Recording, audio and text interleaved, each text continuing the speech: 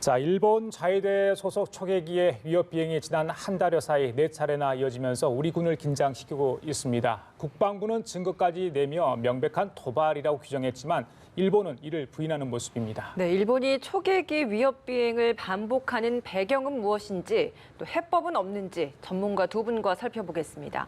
권재상 공군사관학교 명예교수 그리고 양기호 성공회대 교수 나와 계십니다. 어서 오세요. 네, 안녕하십니까? 예.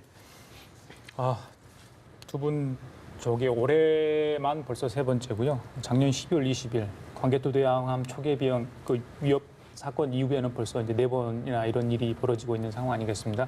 먼저 일본 해상 자위대 초계기. 그래서 시청자분들이 초계기가 어떤 이제 군용기인지 잘 모를 수도 있는데 초계기가 어떤 거고 또 일반 비행을 그 범위가 할 수 있는 게 자유롭은지 좀 그런 부분에 대한 설명이 좀 필요할 것 같습니다.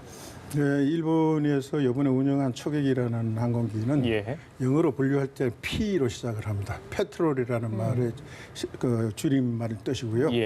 이 항공기는 물속에 있는 잠수함이나 수상에 있는 선박들을 그 정찰 탐지하기 위해서 만든 항공기인데 일본이 한 10여 년 전부터 지금까지 운영해오던 P3라는 항공기를 좀 더 현대화해서 사용하기 위해서 일본이 자체적으로 개발했습니다. 그 행동 반경이나 그 항공기 속도가 기존에 있던 P3보다 거의 배가 되고요. 또 이 항공기에는 기존에서 항공기에서는 운영하기 어려웠던 최신형 장비들, 즉 잠수함을 찾는 전자기파를 탐지하는 장비라든가, 그 레이더라든가, 그다음에 음향 탐지기, 즉 소나라고 얘기하는 이런 것들을 다 탐지하게 돼 있고. 장착하게 돼 있고, 그다음에 공대 함 미사일이 여러 발이 달리고요.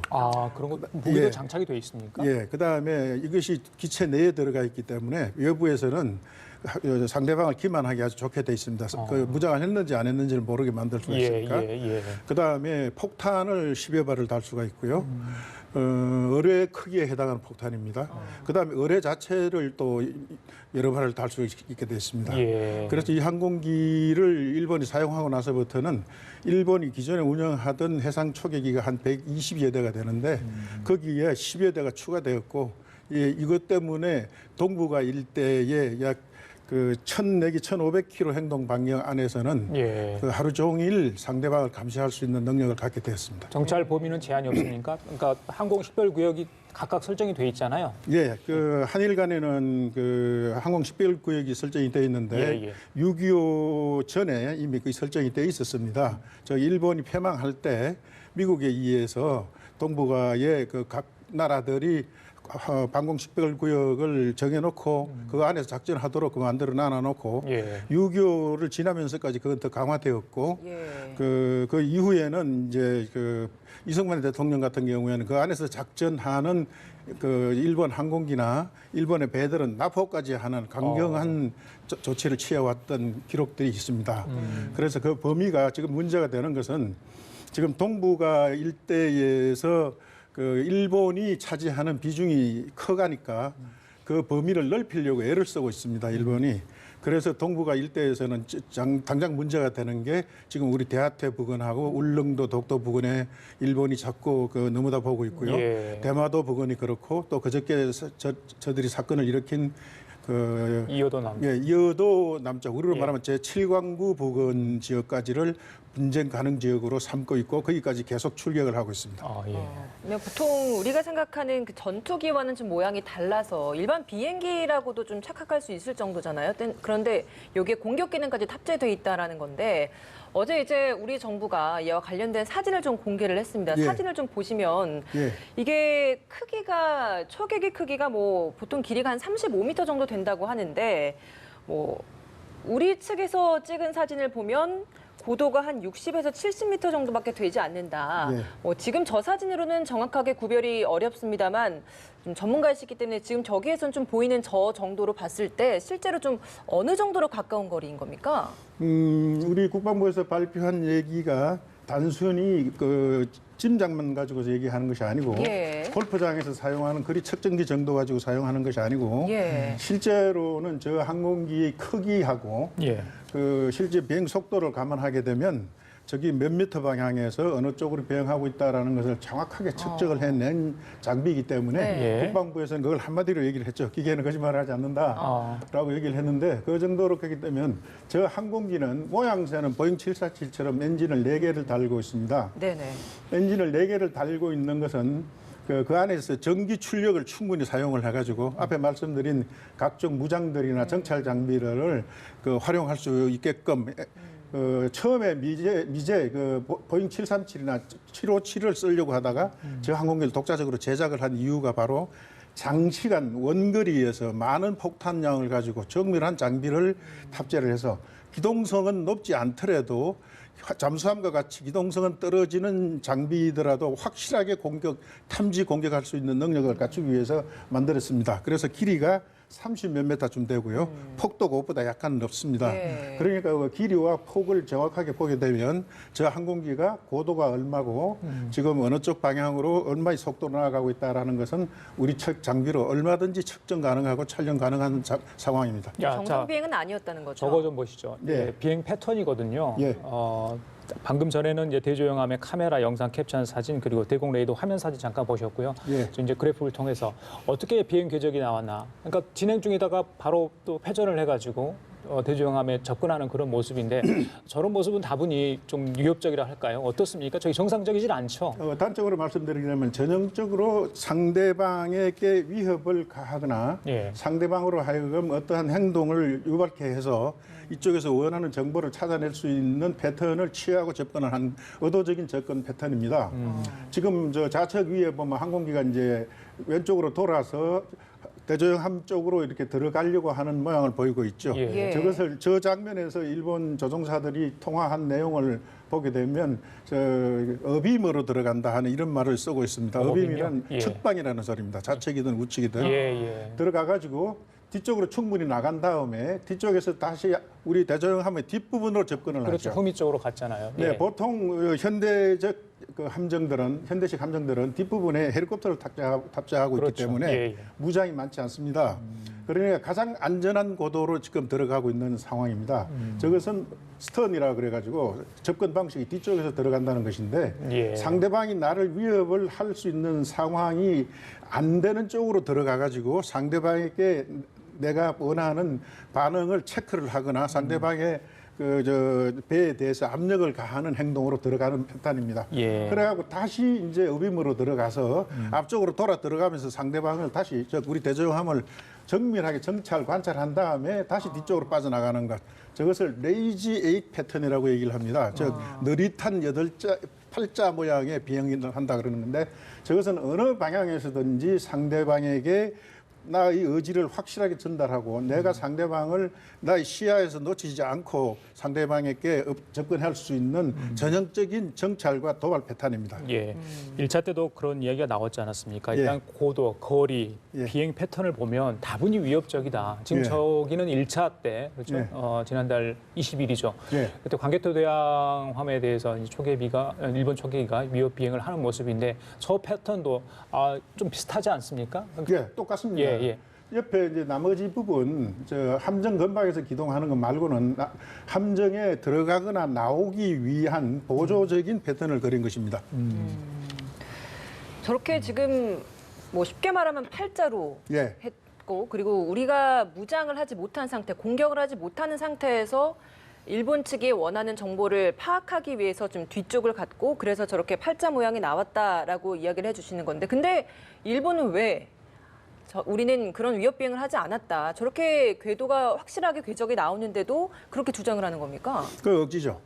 그러니까 저거는 우리는 확실한 증거로 내세울 수 있었고 그것이 기록이나 여러 가지 상황 증거를 가지고서 증명을 하고 있는데도 일본은 억지를 부리고 있는 이유가 바로 일본이 저 항공기를 만들어 놓은 지가 이제 한 10여 년 되고 실제로 작전에 투입한 지는 몇 년 되지 않습니다. 예. 그러니까 저 항공기가 갖는 성능이 지금까지 미국이 사용했던 것보다 미국에서 원조받아서 구입해서 사용했던 것보다 훨씬 좋아졌습니다. 그러니까 그것을 확인할 필요가 있고요.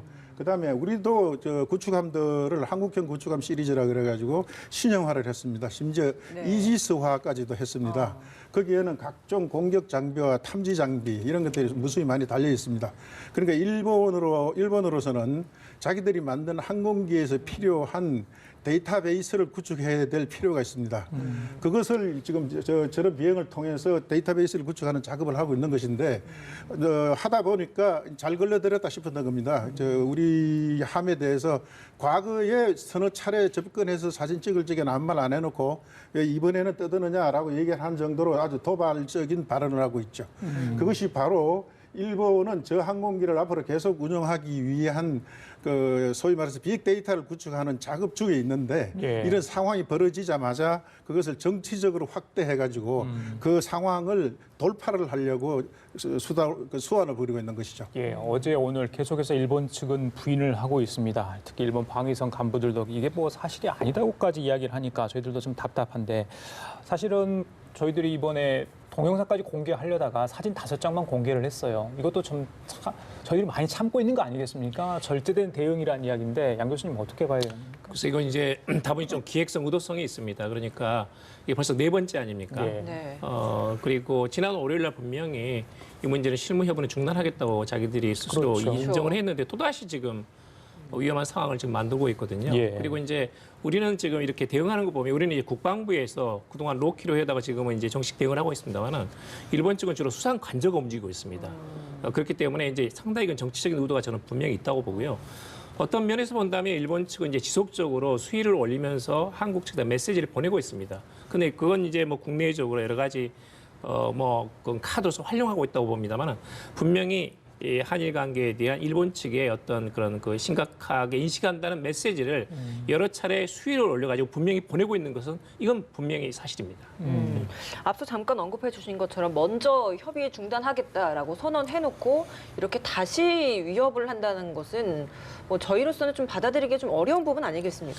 맞습니다. 지금 아마도 저는 이제 지난 월요일 같은 경우에는 아마 미국이 개입했다고 봅니다. 미국 측에서도 지금 북미 정상회담이 2월 달에 있기 때문에 한미일 간의 어떤 안보 협력이 흔들리면 안 되거든요. 그렇게 되면 이제 협상장에서 상당히 미국 측이 불리할 수 있기 때문에 예. 근데 그건 아마 단속을 했다고 보고요. 근데 그럼에도 불구하고 일본 측은 한일 관계에 대해서 뭔가 메시지를 보내고 있다고 저는 보고 있거든요.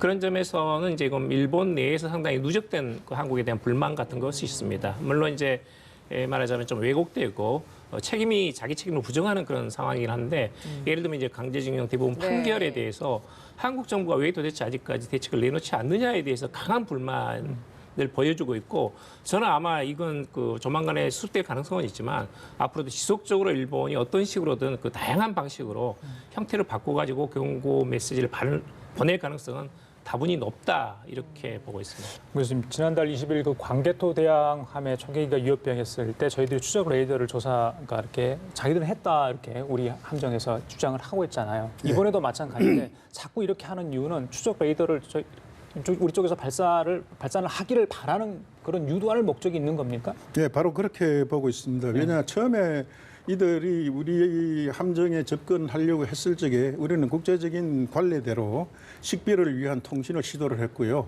저들도 우리한테 통신을 시도했다 그러는데 우리 측 그 신호가 잡히는 것을 자기들이 녹음 공개를 하지 못했습니다. 그러니까 어쨌든지 이 증거를 자기들은 잡아가지고 상황을 자기들이 유리한 쪽으로 왜곡하려고 하는 노력이 있고요. 그러다 보니까 이 함정이 또 가지고 있는 장비 특성이 끊임없이 나온 지는 한 20년이 돼가는 함정입니다만은 끊임없이 장비를 업투데이트를 하고 있거든요. 그러니까 여기가 이 장비가 계속해서 신형화되고 있는 데 대한 성능 파악이 필요한 순간입니다. 게다가 또 문제가 나온 게 지금 양 교수님 말씀하신 것처럼 정치적 상황으로 검사에 이용을 해버렸습니다. 이것을.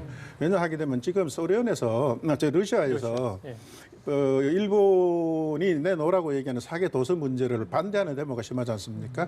거기에 대해서 일본이 보이는 일종의 메시지가 또 하나가 있는데 그것이 바로 동해안 지역에 일본이 가지고 있는 그 분쟁 가능 지역이다. 또는 우리 그 이어도 부근도 마찬가지다라고 계속 선포를 해놔야 예. 자기들이 지금 밀리고 있는 저 다오이다오섬 부근이라든가 성곽구 예. 일대에서의 정치적 상황에서 우리는 절대로 이런 것을 밀리지 않는다라는 것을 러시아한테 보여줘야 될 필요가 있는 거죠.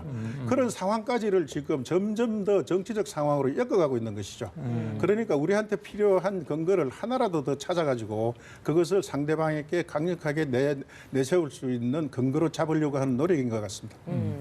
우리 정부도 이제 더 이상 경고로만은 그치지 않겠다라고 이야기를 하고 있는데 군의 수칙 뭐 이런 것들이 실제적으로 이제 그럼 대응 매뉴얼대로 한다라고 하면 다음으로 우리가 할 수 있는 단계 대응은 어떤 것들이 있습니까? 좀 과격하게 말씀을 드리면 실제 사격하는 겁니다. 사격 방법은 최악의 상황이죠. 최악의 상황은 아닙니다. 그렇습니까? 정식 절차대로 할 수 있는 게 매뉴얼이 그렇게 돼 있습니다. 중간에 몇 가지가 더 있습니다. 어. 그것을 소위 이제 ROE라고 얘기를 하는데 Rules of Engagement라고 교전 수칙이라고 얘기를 예, 합니다. 그렇죠. 그거는 어느 나라든지 갖고 있는데 이 교전 수칙을 적용하는 이유는 불필요한 분쟁을 확산을 하거나 부주의에 의해서 분쟁이 확산되는 것을 막기 위해서 자제하도록 최대한으로 자제하도록 만들어 놓은 건데 지금 우리는 그 순서대로 하고 있는 겁니다. 화면 보시면요. 예. 이번에도 경고통신 20여 차례 하지 않았습니까? 예. 자유권 저희들이 할 수 있는 부분까지 이렇게 통신으로 통해서 이렇게 경고를 했음에도 불구하고 이를 무시하고 이제 비행을 하지 않았습니까? 예. 말씀하신 것처럼 이제 사격 통제 레이더 가동될 수 있고 마지막에 무기 채도까지 가공될 수 있다 이런 말씀이신 거죠? 네, 그래서 저 경고통신은 두 가지 방법이 있습니다. 우리 함 자체에서 할 수도 있고요. 예. 우리가 가지고 있는 조기 경보기 같은 것을 항상 초계 비행을 시켜가지고 그 질대 접근하는 것을 또 경고 방송을 할 수도 있고. 예. 그 다음에 우리 항공기를 띄워서 F-15라든가 함정에 있는 헬기를 이용해서 할 수도 있다고 그러는데 그거 맞습니까? 그것은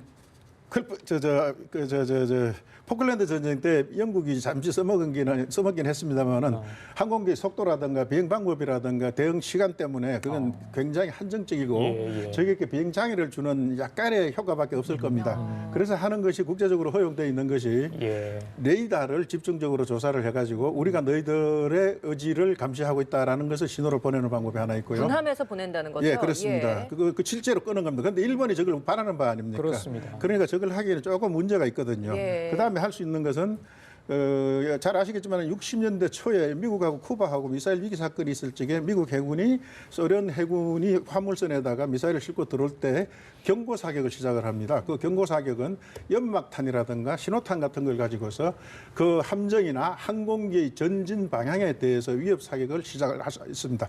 이것은 방어하는 수단에서 최종적으로 요 다음 단계는 실탄 사격이다라는 것을 보여주기 직전에 할 수 있는 예. 마지막 평화적인 행동 수단입니다. 예. 급하다면 저것도 해야 되겠죠. 그다음에 할 수 있는 것은 육지에서 우리 항공기들을 F-15 같은 거 띄워가지고 저런 항공기에 직접 대항을 하는 겁니다. 소위 밀어내기를 하는 겁니다. 예. 필요할 때는 중국 항공기가 미국이나 일본 항공기에 대해서 그 밀어내기 방식으로 들어와가지고 진로를 방해를 한다든지 각종 신호를 보내는 방법도 있긴 있습니다. 이것은 그야말로 실탄 사격을 하지 않는 직전의 극악한 상황일 때는 그렇게 할 수도 있습니다. 우리 측에서도 초계기를 띄울 수도 있다라는 이야기도 있던데 그건 어느 정도 단계의 대응인 겁니까 그러면? 그거는 저기로 말하면 한 두 번째 단계 초계 비행을 같이 하면서 우리도 하고 있으니까 너희들도 들어오지 마라라고 얘기하는데 여기는 우리가 불리한 점이 몇 가지가 있습니다. 일본이 가지고 있는 항공기보다 그 속도가 높고요. 행동 반경이 적습니다. 그래서 예. 거기에는 한계가 분명히 있게 됩니다. 예. 자, 양 교수님,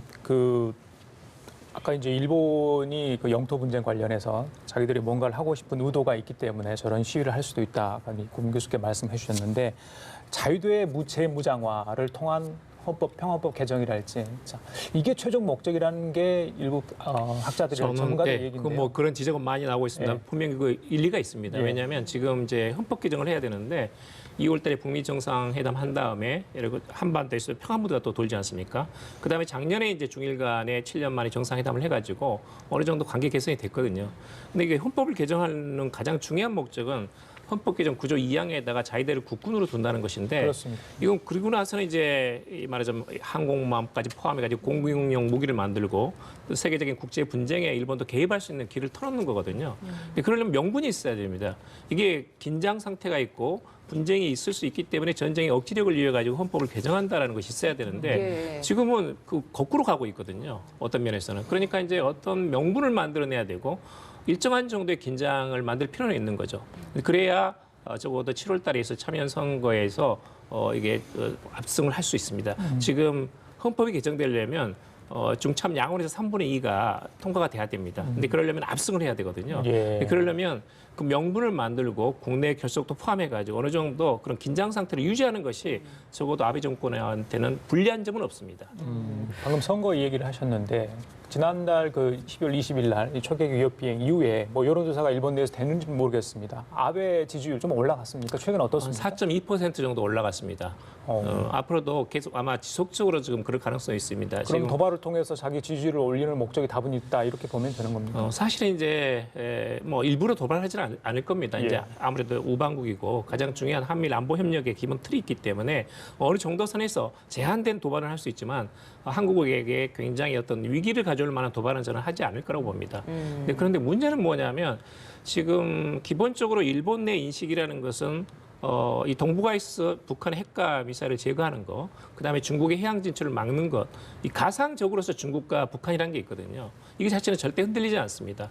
그런데 여기에 대항해가지고 한미일 간의 안보 협력의 결속력을 강화시켜 나가야 되는데 한국은 그 틀을 벗어나면서 그 프레임을 약간씩 깨면서 예를 들면 이제 남북 대화, 그다음 한반도 비핵화, 종전선언, 평화체제 이런 것들은 일본과 전략적 이익을 공유할 수 있는 부분은 아니거든요. 약간의 엇박자가 있습니다. 더구나 이제 중국의 경우에는 일본은 중국의 해양 진출을 억제하는 것이 가장 중요한 국가 전략이지만 우리로 봐서는 하나의 시장이거든요. 그리고 이제 남북의 평화, 통일까지 포함한다면 중국과 어떻게든 사이좋게 지내야 됩니다. 예. 그런 면에서는 한일 간의 전략적 이익의 공유라는 것이 상당히 약화되고 있고 예. 그런 것들이 크고 작은 분쟁 또는 이제 갈등에 대해서 분쟁이라보다 갈등에 대해서 쉽사리 양국 간의 어떤 타결점을 찾아내기 쉽지 않은 그런 환경들이 상당히 지금 조성되고 있고 이런 것들을 앞으로 조금 더 어떻게든 막아가지고 개선할 필요는 있다고 봅니다. 그러니까 외교적으로 이 문제를 해법을 찾아가기가 확실히 좀 더 어려운 부분이 있는 것 같아요. 많은 이해관계들이 얽혀 있기 때문에 그렇다면 우리 정부가 뭐 어떤 식으로 좀 대응을 해 나가야 된다라고 보십니까? 지금 이제 우선 이제 긴박한 여러 가지 문제들이 있습니다. 예를 들면 이제 강제징용 대법원 판결 이후에 한국 정부의 대책이 있거든요. 여기에 대해서는 어떻게든 국내 또는 한일 양국 간의 공감대를 형성할 수 있는 안이 나와야 됩니다. 근데 그게 풀리면 저는 상당 부분 진전될 수 있다고 보고요. 예를 들면 이제 일왕 퇴위식이 5월 달에 있고 예. 또 6월 달에는 오사카에서 G20 가 회의가 있어서 한일 정상회담이 예정돼 있습니다. 그런 면에서는 앞으로 한일 간에 조금 더 이 계기를 개선할 만한 그런 기회는 몇 차례 있습니다. 그런 점에서 상반기 중에 어느 정도 한일 간의 지금의 난국을 타결할 수 있는 어떤 안을 만들어내고 그걸 바탕으로 해가지고 모멘텀을 삼아가지고 한일 정상회담 또는 셔틀 회담을 통해가지고 관계를 조금 더 진입을 시킬 수 있는 그런 노력들이 한국이나 일본이나 필요하다. 그건 또 국민 정서상 그런 것들을 뒷받침해주는 약간의 이해도 필요하다라는 좀 말씀을 드리고 싶습니다. 그래요. 알겠습니다. 자, 지금까지 권재상 공군사관학교 명예교수, 양기호 성공회도 교수 두 분과 함께 얘기 나눠봤습니다. 오늘 말씀 감사합니다. 고맙습니다. 감사합니다.